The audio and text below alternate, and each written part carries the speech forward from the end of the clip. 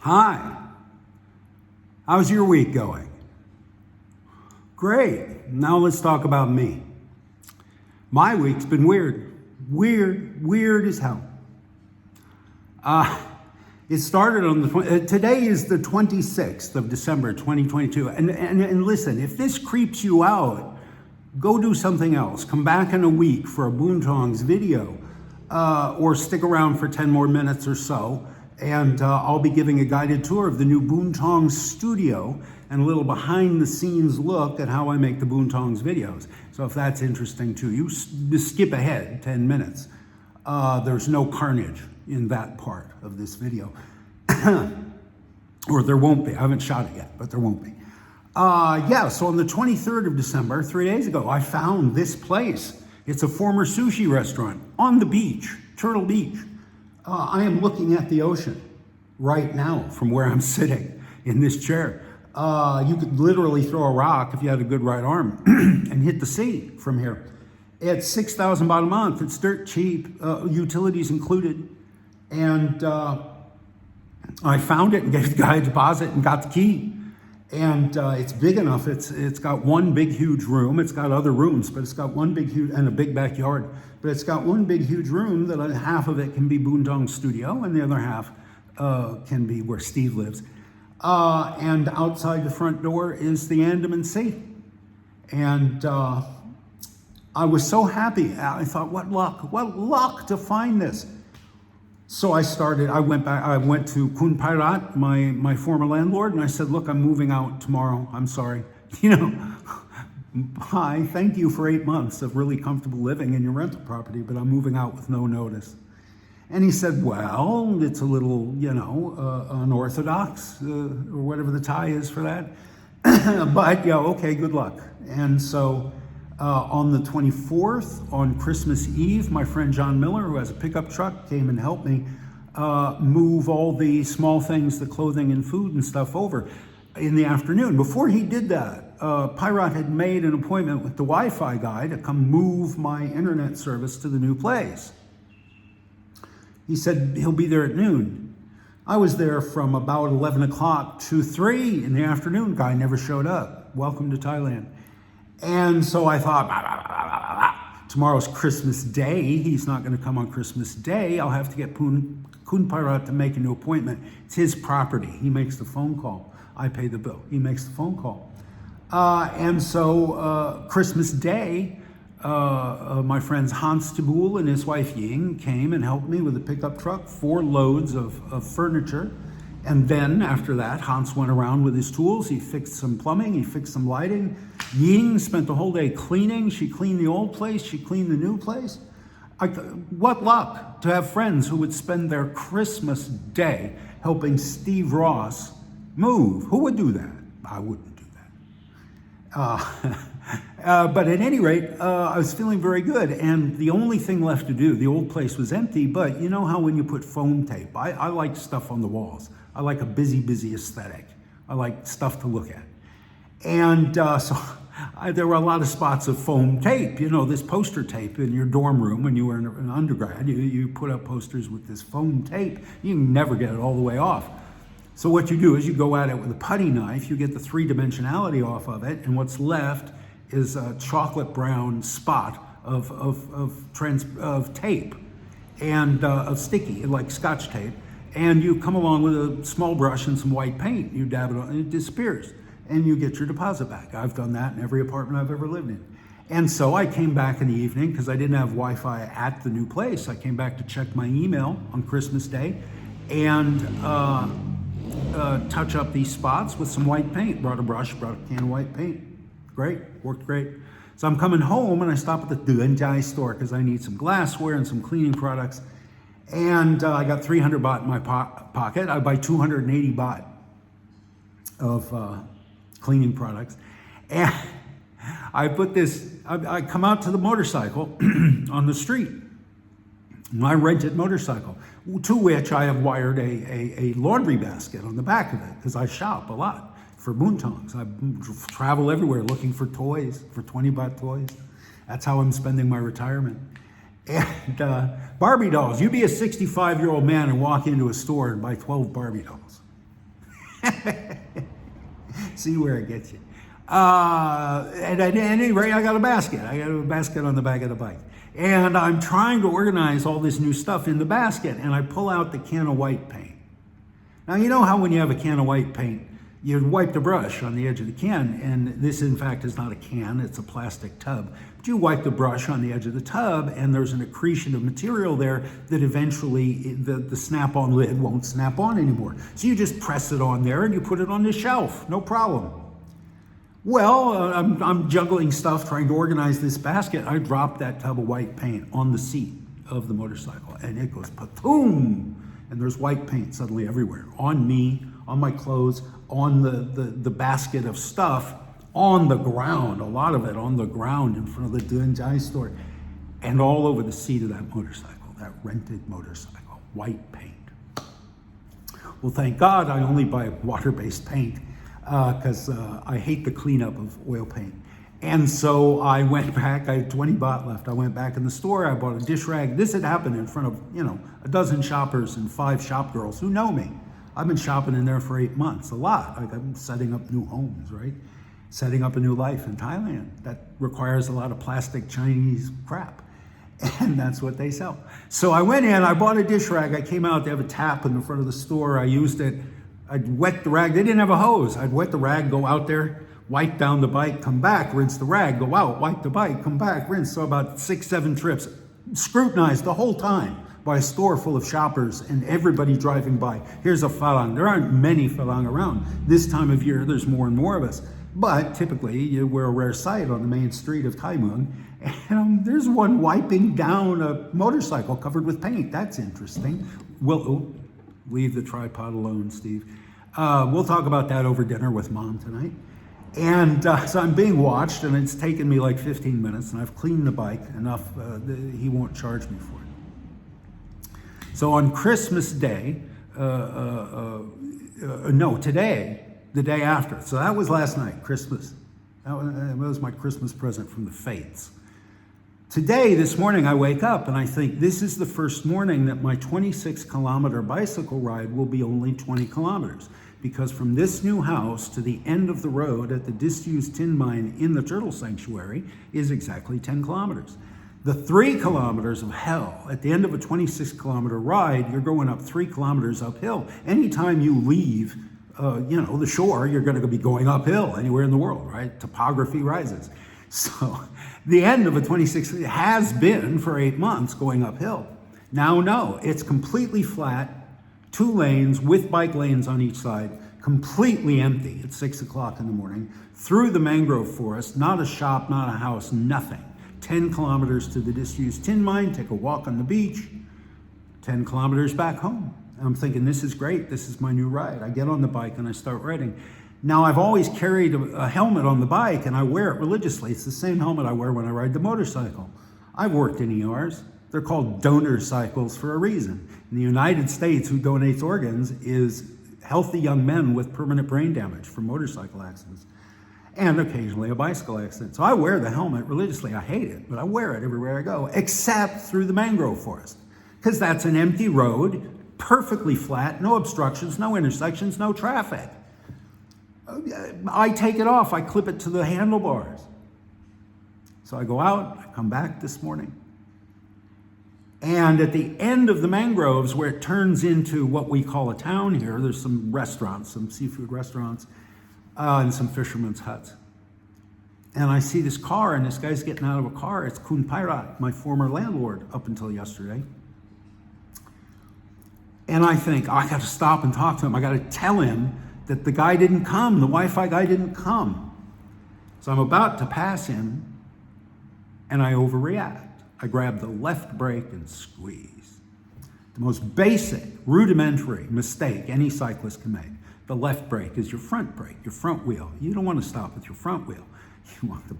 That's why it's in the right. You want the back wheel to stop. You remember in Indiana Jones where he sticks the flagpole in the Nazis' motorcycle front wheel and the guy does a header? You remember how T.E. Lawrence died, Lawrence of Arabia? Yeah, that was Steve. I grabbed that left handle and man, that front wheel became stationary. It became a fulcrum. I was on the end of a lever. I went flying. Archimedes moved Steve's ass through the air really fast. And I'm literally upside down and looking down at my handlebars, kind of doing a handstand on my handlebars, and I see my helmet clipped to the handlebars. And I have time enough to think, this is bad. Yeah. In the world of things, this is a bad thing. And then my head hit the pavement, face first. And I heard a sound inside my body, a whack of bone meeting pavement. But I heard it, if you can imagine this, inside my body. And I rolled as I landed. I tried to roll, tuck and roll, right? Tried to roll, and I accomplished getting onto my back just in time to catch that bicycle in my face, coming down out of its arc. It's Archimedes' arc. Bam. And I am lying flat on my back, bleeding underneath the wreckage of my bicycle. And Kun Pairat has been within arm's reach of me through this whole event, watching this. He's like 75 years old. They call him Niachan. It's a religious thing. It's not, he's some kind of like lay minister. He's not, I don't know. Anyway, immaterial. That's the tramadol. I've taken twice the recommended dose of tramadol. So I may meander. It's already 11 minutes. At any rate, so Pairat's there, he takes the bike off me, and there's another guy there who says, I'll keep your bike here in my restaurant. And Pairat says, get in my car, we're going to the hospital. Well, I'm bleeding. I take aspirin to thin my blood. The veins and arteries of the head and face are right flush with the skin. They bleed like crazy. Any injury to the head or face will bleed like crazy. You thin the blood with aspirin, and you're a fire hose, right? Not arterial spurting, but just pouring down my face. I don't want to get in this car. I'm bloody. And so I took off my shirt and bunched it up and pressed it to my face. I got in his back seat. He drove me to the Thailand hospital. It's full. It's about 7 in the morning now, and you got to get there early. It's a queue. You got to get there in the morning and wait till the afternoon for your appointment. And so the place is full of old people, children, nursing mothers, people with legs in casts, arms in slings, and they hustle the falang past all these people into the emergency bay. They cleaned me up, 5 stitches. They x-rayed my skull, because this was a huge boom, a big goose egg earlier today. And they x-rayed my skull, and a doctor who spoke fluent, beautiful, American accented English, came and said, yeah, there's no fracture. I think you're low risk for concussion. If you want to go home, you can go home. And come back tomorrow, we'll clean it for you. I said, okay, thank you very much. So I go to the cashier, and it's 2,000 baht. Well, I left the house with no money, no ID. I had a bottle of nitroglycerin in my pocket, because I carry that everywhere. There's nowhere to spend money between this house and the end of the road, 10 kilometers down at the disused tin mine. And there was nowhere to spend money. Why take money? Why take your wallet? Why take a passport? What? So I'm there, and they're saying, well, what do you weigh? I said, about 200 pounds. Kilogram. So I don't know. I'm an American. We don't do that. And what's your address? I don't know. I moved yesterday. I don't know.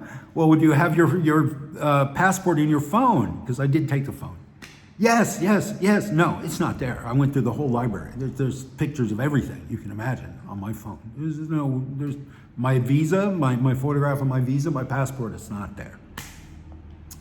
They said, well, you're with Kun Pairat. You go on, and tomorrow you come to have it cleaned. You'll pay us tomorrow. Here's your meds, right? It was the fistful of pills that every Thai person has religious faith in when leaving the hospital. Here's your meds. And among it was tramadol. And I figure I've earned it. So I came home after all of that, bloody, sweaty, hadn't bathed, hadn't eaten breakfast, to find that one of my Ranchu goldfish had died while I was gone. It was perfectly fine when I left the house. Now I had 4 Ranchu goldfish. You can't really see them. They're hunkered down. It's the afternoon. They're sleeping.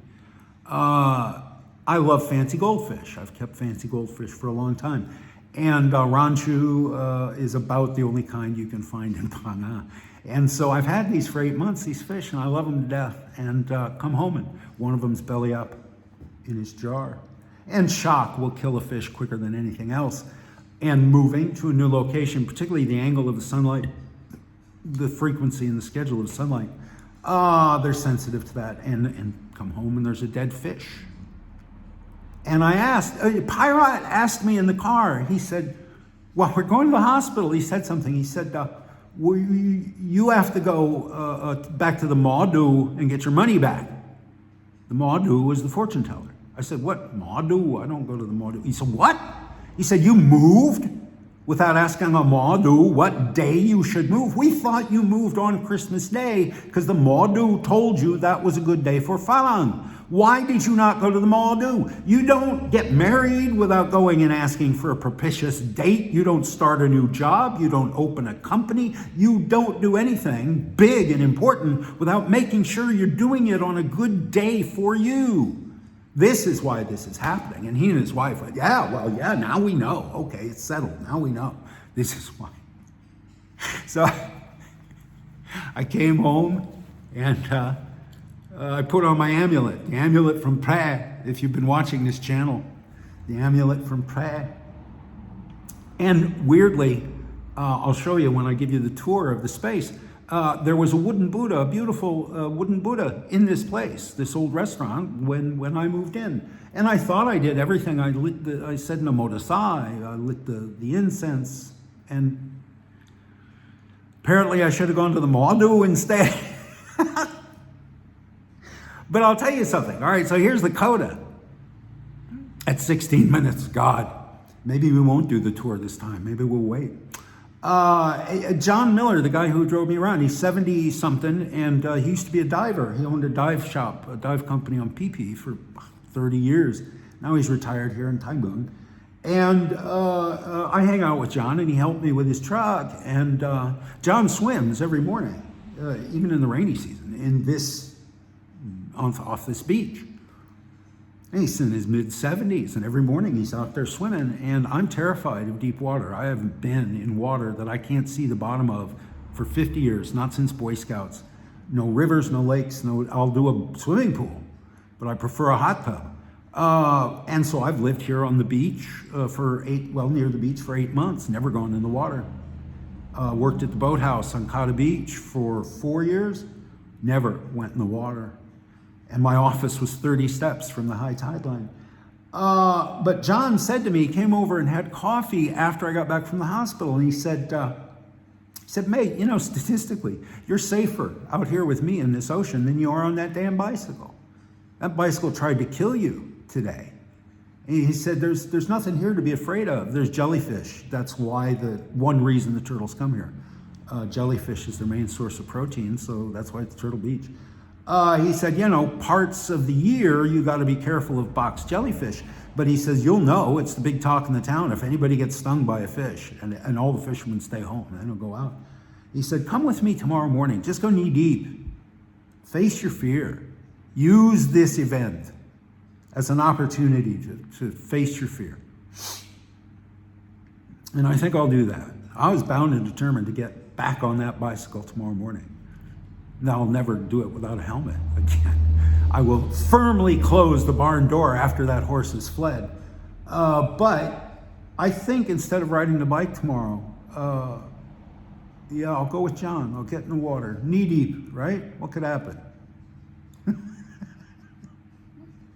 I did earn a swimming merit badge as a scout. All right, that is way over my time. That's 2 monologues worth. It's the tramadol. I meandered. God, if you're still here, thank you. You're patient. I really appreciate it. I love you guys. I love you a lot, man. And you're an important part of my life. Yeah. Believe it or not, in my isolation, you are all an important part of my life. And like, subscribe, share, hit my PayPal, buy me a cup of coffee. That stuff's not that important. This is about attention, seeking attention. And thanks very much. I don't know if I'll tack on the tour in the back, behind the scenes portion to this. I don't know. But anyway, I appreciate you. Thank you very much. Have a great week. I'll see you Friday.